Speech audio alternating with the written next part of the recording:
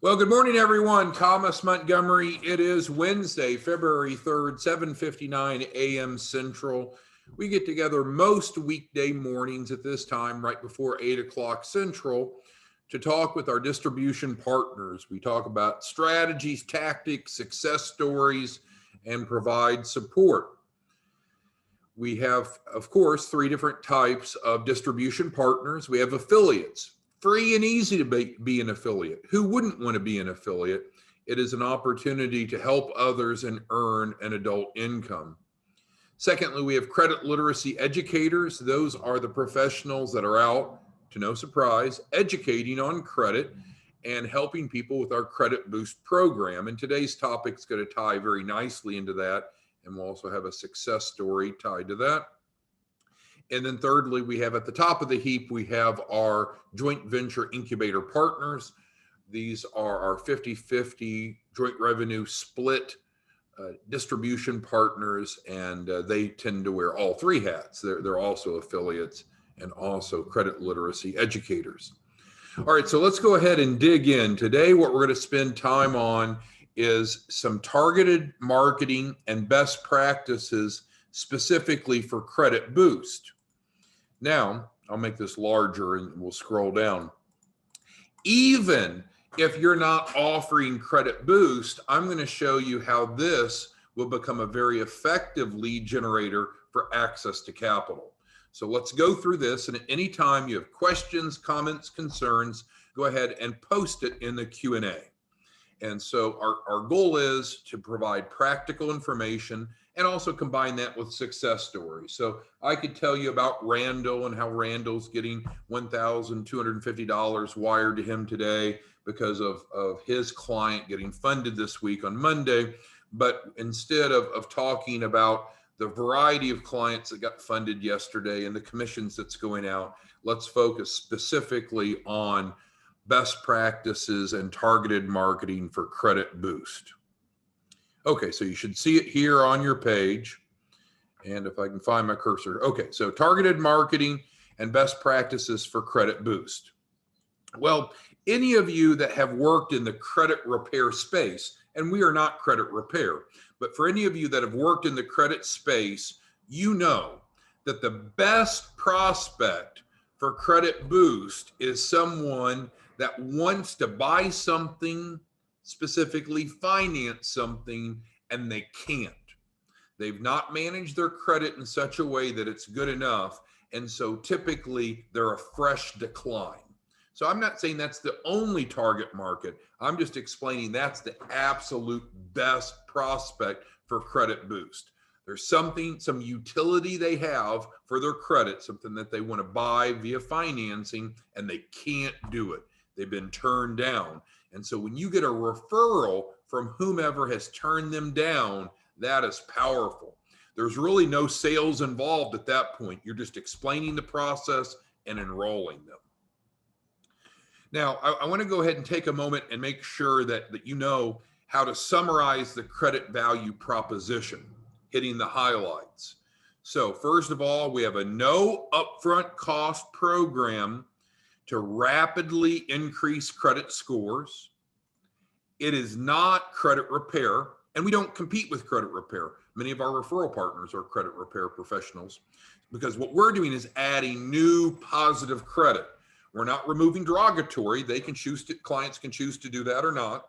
They can be working with a credit repair company or not. What we're doing with Credit Boost is adding new positive credit. We average a 100-point increase in 30 to 60 days. Of course, the exact amount and timing of improvement will vary on a few items. Obviously, for people that have heavy revolving utilization, this is like a gift from above because we can add new trade lines and reduce their utilization. For clients that have a real thin profile that don't have positive credit reporting, this is powerful. And of course, we can add new and or age trade lines to help get the optimal results. Of course, clients only pay based upon results. And so that's great. So they're not buying trade lines. They're not paying for credit repair, at least through us, because we're not credit repair, but they're paying off of results. Clients love that. Now, Please note, some trade lines, especially subprime trade lines, will have an application fee. That's not unusual, but that's well worth it because that's triggering reporting that's going to build out the credit profile of the client. So might there be an application fee for some trade lines? Yes. Is there some for yes? Some, yes. Are there application fees for all trade lines? No, but that's not credit boost. That's separate third-party fees for certain trade lines. And then we have awesome commissions for referring clients. And so that's important when you're talking to key influencers, which we'll go through a list here in a moment, for them to know that they can make money also could be a very strong arrow in your quiver.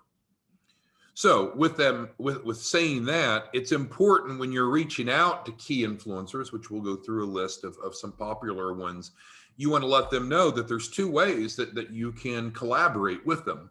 They can become a sub-affiliate. So in other words, they're a credit literacy educator as well. They have their own landing page. They get paid and you get paid overrides. And so if they're wanting to get in the revenue stream, that's smart, right? So you know that we pay $5 out to the field. So if you went to a key influencer, they want to be in the revenue stream, you can sign them up as a sub-affiliate. They become a credit literacy educator. They have their own landing page. And now they're making $3 per point of credit score increase, and you're making $1 override. Well, you might say, well, $1 less than $3, but you're not doing any of the work, right? You've just brought that referral source, that new educator, that new sub-affiliate to the table. And other than that, you just get paid, right? You might do a little support or motivation, but you just get paid. So while we're not at MLM or network marketing, we pay 3 levels deep.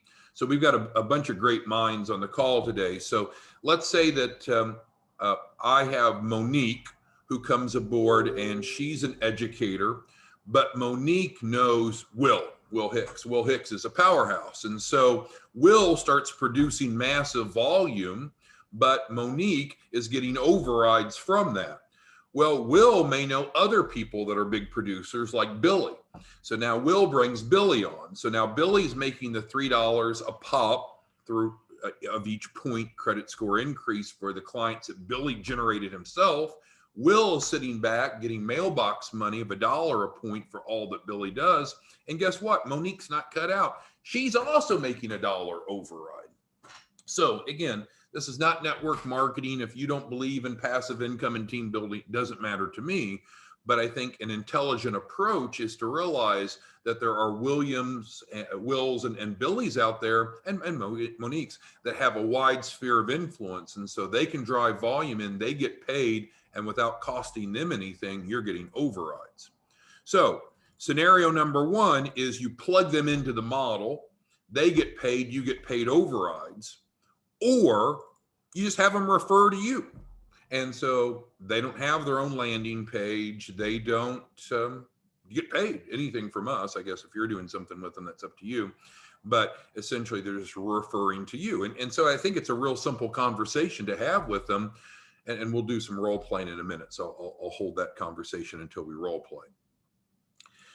Here's a recent success story. I had a call with Timothy just this morning. Let me see if he's on the call right now. He's not on the call. I think he listens to the recordings. So Timothy is a real person. He is a credit literacy educator with us. He has developed a competency, and his niche are new home builders. And so he reaches out to them and says, hey, what are you doing with the people that can't get approved for a home? And usually they don't have a real good answer, or they don't have a real good resource. If they do, then they don't have a problem that you can help them solve. But in general, they're not doing much with them. Often they're doing nothing or next to nothing. Well, he gets those referrals from the new home builders. And so he gets their credit declines. What does that home builder have to lose? That person wants to buy a home. They can't get approved. So they send them to Tim. Tim plugs them into Credit Boost. We get their score up. And guess what? They go back and buy the house. It completes the purchasing cycle. And these are Tim's numbers. I confirmed with him just this morning before the call. He's getting 20 to 30 referrals per month just off this strategy. His conversion rate is nearly 100%. And again, it's because of what we said. These are people that wanted to buy something, finance something, and they got declined. And the person that declined them said, I'm sorry, I've got bad news for you, but I can get you over to Timothy and he can help. And hopefully you can get approved here quickly and come back and buy that house. That is powerful. That's just sales 101. You have someone with an acute problem that has a very high likelihood of taking action because there's a problem that you're fixing. So who could you reach out to? Well, hopefully you don't call them the same home builders that Timothy is, but there's a lot of home builders. And frankly, you can go to the local sales offices and develop a relationship. You know, we're not talking about going to D.R. Horton corporate, which I guess you could, but more than likely you're going to the local new home showroom where there's the reps and the sales manager working, and they're there at ground zero interfacing with the potential purchasers. So home builders would be one. Certainly you could go to realtors. They're working with lots of different people, maybe to buy pre-owned as well as new homes. Mortgage loan officers, that's the bread and butter of credit repair professionals. They focus often almost exclusively on mortgage loan officers because they're actually the ones that's pulling the credit and making those credit recommendations. So that makes sense. I've talked about this before, and I don't think that many of you are grasping how great of an opportunity this is. Manufactured homes, in the old days we called them mobile homes, right? Typically not in the city limits, but outside of the city limits. And so you've got Clayton Homes and you got Palm Harbor Homes and many different manufacturers. And so they have retail sales lots. So it's really not that much different than going to home builders. I didn't mention this, I'm going to add them. Apartment complexes is another, because increasingly apartments are setting specific credit thresholds. And if you don't meet that threshold, then you don't get approved for an apartment. Now, I don't want to digress, but some of these also offer opportunities to go in and teach our Credit 101 curriculum, but let's not digress for now. Auto dealerships are okay, but the problem is with auto dealerships, people will tend to just go from dealership, apply, and they might end up at a buy here, pay here lot. Often people that are making a car purchase will be relentless and try to find some way to buy some car that they can get approved for through some sort of financing, which may not be very advantageous to them, where homes are a bigger purchase and homes don't sell as quickly as cars. But certainly you could get referrals from auto dealerships as well. Banks are a little different. You wouldn't offer the bank to be a sub-affiliate. They wouldn't want to be in that conflict of interest. But certainly people go to banks for financing and they get declined often, right? But in general, it's really just about going to just about any type of sales professional who that is selling something that credit could impact, because there's a decent chance that they have some declines. And just like Timothy has figured out, getting those credit declines is golden, because that sales professional and or his or her organization have already incurred the cost to generate that lead for whatever it is they're selling. Now they're not able to have a conversion because the person's not credit worthy enough. So you come in almost like a knight on a white horse to be able to say, well, what if I could take your credit declines and help them become credit approvals? And so then you want to quantify how many credit declines do you have in a typical month? So whether you're talking to the home builder rep, the realtor, the loan officer, any of these key referral sources, you want to quantify on average, in their words, how many credit declines they typically have in a month. If it's a very small number, then they don't have a very big problem to solve, and you're barking up the wrong tree. You need to move on and talk to someone else. Because if they say, oh, hardly ever, or one or two, that's probably not a big problem to them. However, based upon, you could still turn that around, whether they say one or two, or if they said 9 or 10 or 90 or 100, you could turn around and ask, well, if I could provide a no upfront cost resource for those credit decline prospects of yours to help them get approved, how much more money would you make?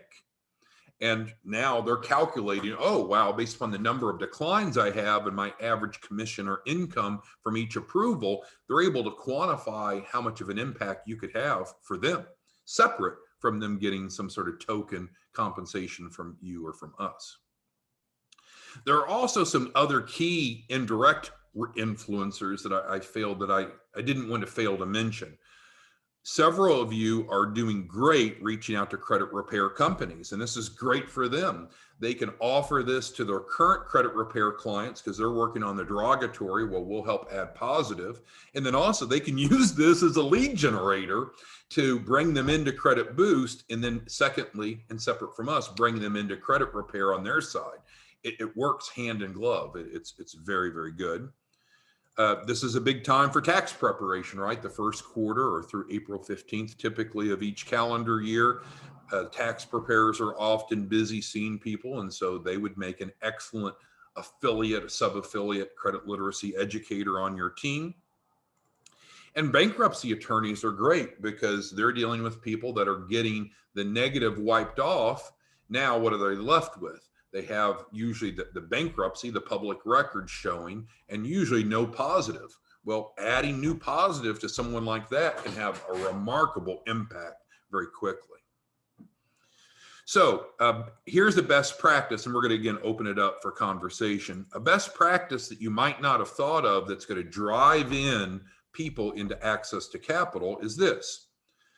Do whatever you do, whatever you want to do, whatever you can do to drive in Credit Boost prospects to your landing page. You should know how to do that. You should have a Credit Boost landing page to send to. We will then send them a DocuSign Credit Boost packet. Once they sign that, and then we sign it, you automatically get an executed copy. It comes to you, so you see their name, their phone number, their email. You know that they've signed up, right? Because you're getting a copy of their agreement that lets you know success, they've signed up. But also now that gives you a prospect for access to capital. And you might say, well, how does that work? I mean, if they're looking to buy a home or rent an apartment or buy a car, that doesn't mean that they want access to capital. Well, it's all in how you position it. You could follow up with them and thank them for their decision. So let's just role play. Let's say it's Bruce who's on the line. So Bruce signed up for Credit Boost. So then I give it 1 week from the time that I got a copy of Bruce's executed Credit Boost DocuSign. And I give Bruce a call. Hey, Bruce, I see that you'd signed up for Credit Boost. Great job. I'm sure that that's going well.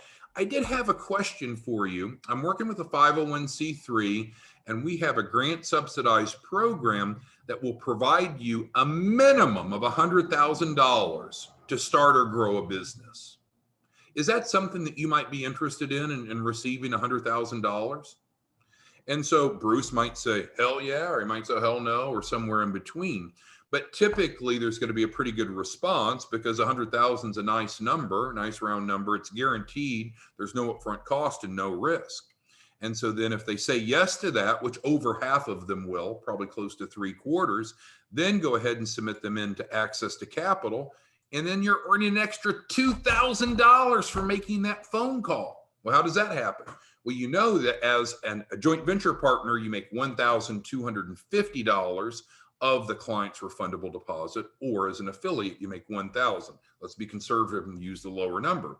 So now you make one phone call, and now you're in line to make an extra $1,000 in the first 30 days, because with FTF, we're typically getting their first tranche of financing within their first 30 days. And so that generates $1,000 for you now. And you know, as an affiliate, you get 1% of their capital raise. As a joint venture partner, you get 3%, but we'll just be conservative and say you get 1%.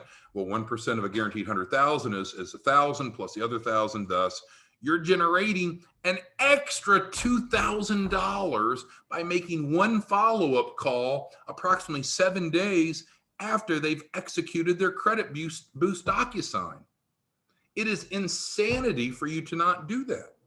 Who doesn't have time or can't hire someone or get someone to make a quick follow-up call to have a high probability of making an extra $2,000, the first 1,000 within the next 30 days? All right, we did hire a new credit boost manager. She's technically started, but still getting everything set up. Her phone system and extension and all that will be installed on Friday. Our IT folks will be out to do that. Her email address has been assigned. It's Paula at Rapid Credit Boost. What will Paula do? She's kind of quiet behind the scenes in terms of your involvement, but she'll be working with the client. So if you're also a Credit Boost client, you'll be in contact with her. She'll be coordinating the monthly soft pulls to measure improvement. Well, we need to do the soft pulls each month to measure improvement, to bill the client and to get you paid, of course. So she'll be responsible. Her and her team will be responsible for that. And then, of course, if the client pays their credit boost on time, then we can reward them, since we're now a data furnisher, with recognition. Hey, you paid your bill on time. Here's a new positive entry on your credit report. Further boost credit score. If they're a deadbeat and they don't pay, then guess what happens? Her and her team are going to add the extra fees that are agreed upon in the credit boost agreement. And then they're going to go add a derogatory, which is going to crush them, because it doesn't matter how much positive credit we're adding. If they keep adding new negative, we'll never get ahead of ourselves. It's like taking one step forward and 2 steps back. All right, and then so that just spilled over to the second page. So what I'd like to do now is spend a few minutes answering your questions about anything. Let me make it smaller so we can see the full page. A little, probably tough to read. But let's cover, oh, that was very bad.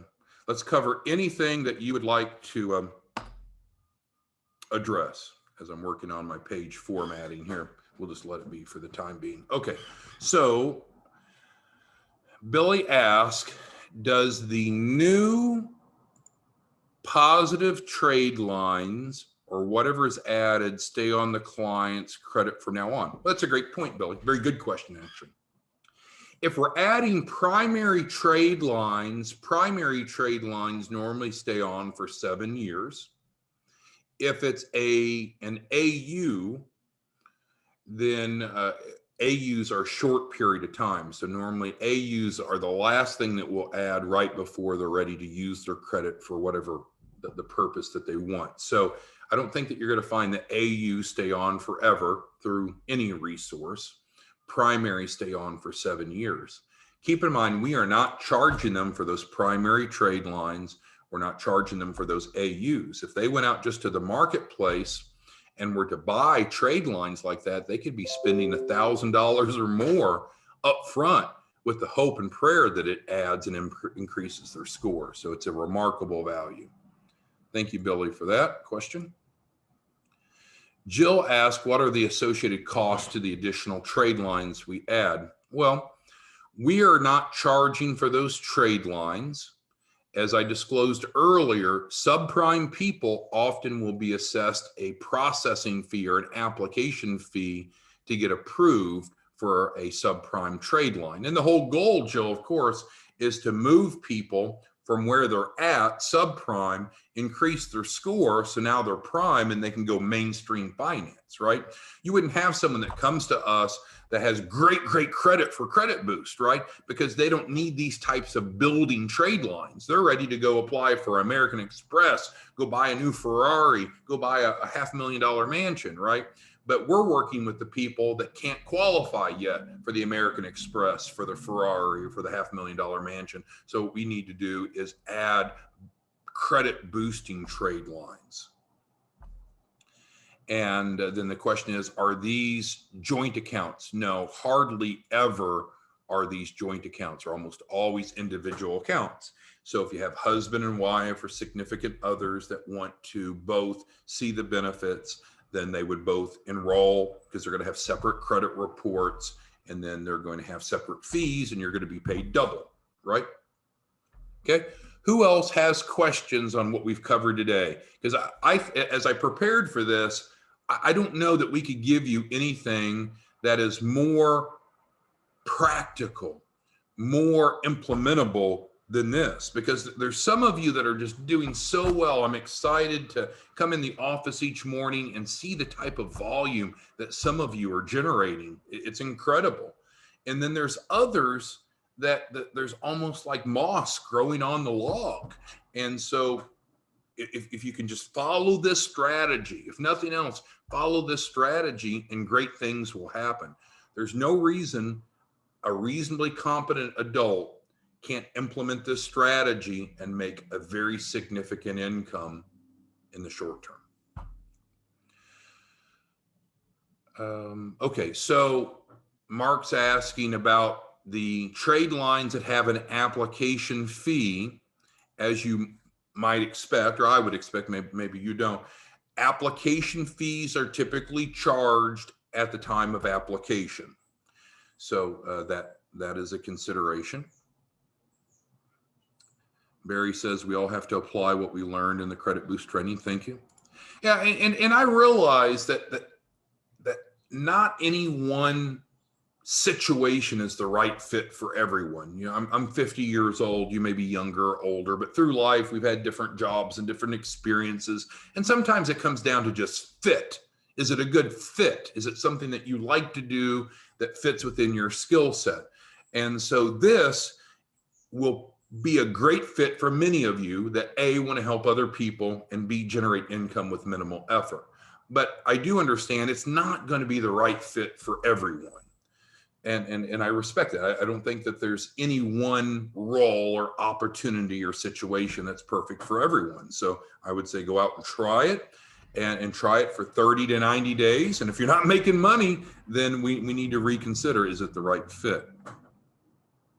All right, Kwong asked, and I covered this, Kwong's asking about tracking the credit score increase. Well, we have a new credit boost manager. And I told you she's going to be conducting the monthly soft pulls.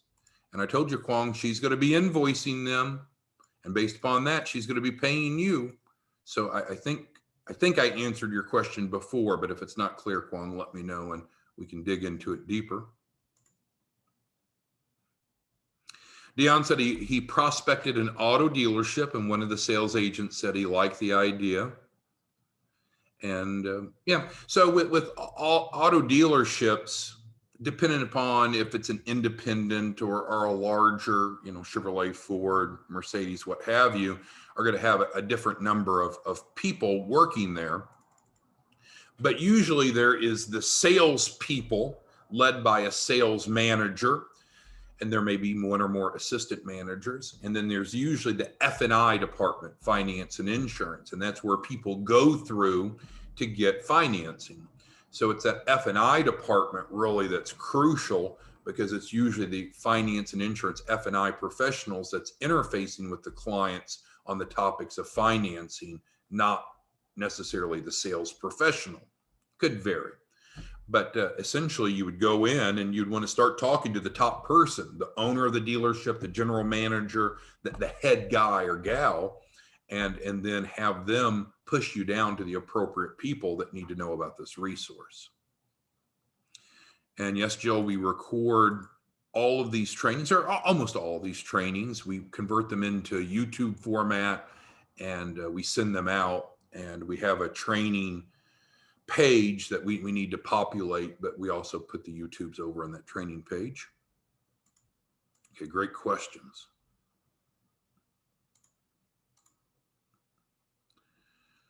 Okay, and Landon's asking a good question. We started out by talking about the 3 different distribution partner roles. The affiliates, it costs nothing to become an affiliate, Landon, it's free. And affiliates, though, don't promote credit boost. Affiliates promote access to capital. And so this would not be applicable to an affiliate, but you could be an affiliate and a credit literacy educator, whereby you get a landing page and the flyers, and then now you get paid. And you get paid $3 for each credit boost client that you refer in per point increase. You might say $3, that's less than minimum wage. That doesn't even add up.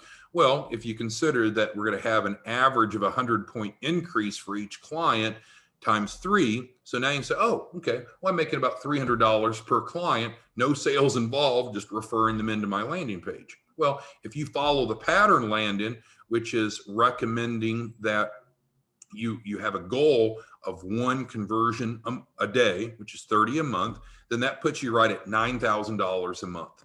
Now, some of you are big players and you're rolling in dough, but for the average American, a $9,000 side gig is a big freaking deal. That's a big freaking deal with no sales, just educating and averaging one conversion a day. So then we have the joint venture partners, but I don't really want to distract to that. Joint venture partners do make $5 a point instead of $3, but it's more complicated. So let's keep it simple. So affiliate, free and easy, but affiliates are not involved with Credit Boost. Credit literacy educators are. They're making $3 up front and $1 override 2 levels deep. And then again, based upon this best practice I shared with you, you should be making $300 or more from the Credit Boost per referral. Plus, if you follow this best practice, you should be adding an extra $2,000 from that same client that you referred into Credit Boost by plugging them into access to capital. Granted, not everyone that goes into Credit Boost will want access to capital, but I think you'll find that right around 70 to 78% of them will want to. So you got a better than a 2/3 chance of earning an extra $2,000 by just doing this 1 week follow-up. That's powerful. Are any of you doing this follow-up strategy now? Anybody want to comment on that? Or is this new information to you?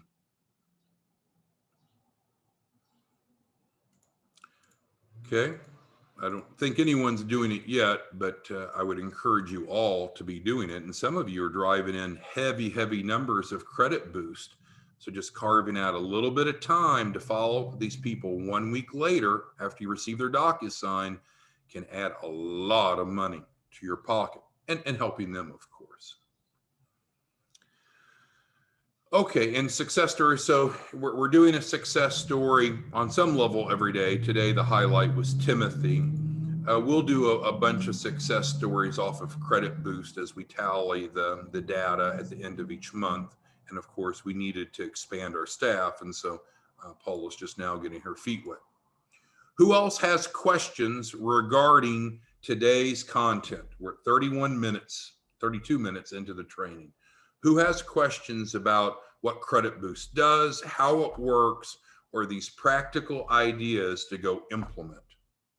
Because the goal is for each of you to have at least 1 Credit Boost conversion per day, 30 per month on average. That puts you at $9,000 per month in income with no selling. And then if you turn around and do this, let's say out of those 30, let's just say half of them do access to capital. So that's 15. 15 times 2 is 30,000. You've made $39,000 from your activity. Not all the money's received in February, of course, of the same month, but you've generated $39,000 from 1 month's activity. Again, I don't know how much money you're making doing whatever you're doing in your lives, but if you're making more than $39,000 a month, you probably shouldn't be spending time with us on this Zoom. You should be doing whatever you do. But for most of us, we don't make $39,000 a month. Some of us don't make $39,000 a year. This is a great strategy, credible, legitimate to do so. Quentin asked a really good question, and we'll close on this. Is it the chicken or the egg? What he's asking is, do we start with Credit Boost or we start with access to capital? Here's my answer to that, Quentin. You have to decide what problem the client's trying to solve and what solution you're going to bring to the table. Quentin, so if their goal is to get access to capital to start or grow a business, then bring them into access to capital, which isn't what we talked about today. Don't worry about Credit Boost because that will happen automatically in week 2 when we do a soft credit pull. See that they need it. We recommend it. You still get full credit. Some of you are driving prospects in on both programs over and over and over. I don't think that's a best practice. I think that's confusing and it's going to be seeming convoluted to the client because now they're getting 2 DocuSigns to sign and 2 agreements. I think you're going to scare more people off. So Quentin, the answer to your question that probably everyone should have asked but might not have thought of, if they're looking for capital to start or grow a business, start them with access to capital. You don't need to talk about credit boost. You can make a simple reference if you want. Don't submit them in for credit boost. We'll pick up on that organically in week 2 of the process. Now, if their motivation, the problem that they're trying to solve is not to get capital, 100,000 or more, to start or grow a business, what they just want is better credit for whatever reason, maybe for the reasons we've talked about here, then of course credit boost is where you start. So you need to identify what the problem is the client has, what's their motivating pain that they want to do something about, and then help them visualize the benefits of how we could help resolve that pain. So I'll say this in closing. So if their pain is they need money to start or grow a business, you can use the blank check pitch that we've talked about. Well, Quentin, if I could give you a blank check to start or grow a business, how much would you write on that blank check? And then I wait for Quentin to respond, doesn't matter what he says. And then I'd follow, well, how would that benefit you? How would that help you? How would that make you feel? So I'm getting him to visualize the blank check and getting 100,000 or more. Conversely, if Quentin's pain is credit, I'd say, well, if I could fix your credit problem, not credit repair, credit boost, no upfront cost. If I could fix your credit problem, how would that benefit you and or your family? I'd buy a house, I'd buy a car, I'd get whatever it is that they're wanting to get. So that's the approach I would take. Identify the problem and offer the solution that's relevant. But you can see that the two programs dovetail nicely. So if you start with credit boost, always go back 1 week later and try to pitch them access to capital. And if they start with access to capital, you don't need to pitch them credit boost because we're actively working with them and we'll get them flipped over. All right. Thank you so much for your time. Let's go implement one a day. One a day is the goal. Talk to you soon. Bye-bye.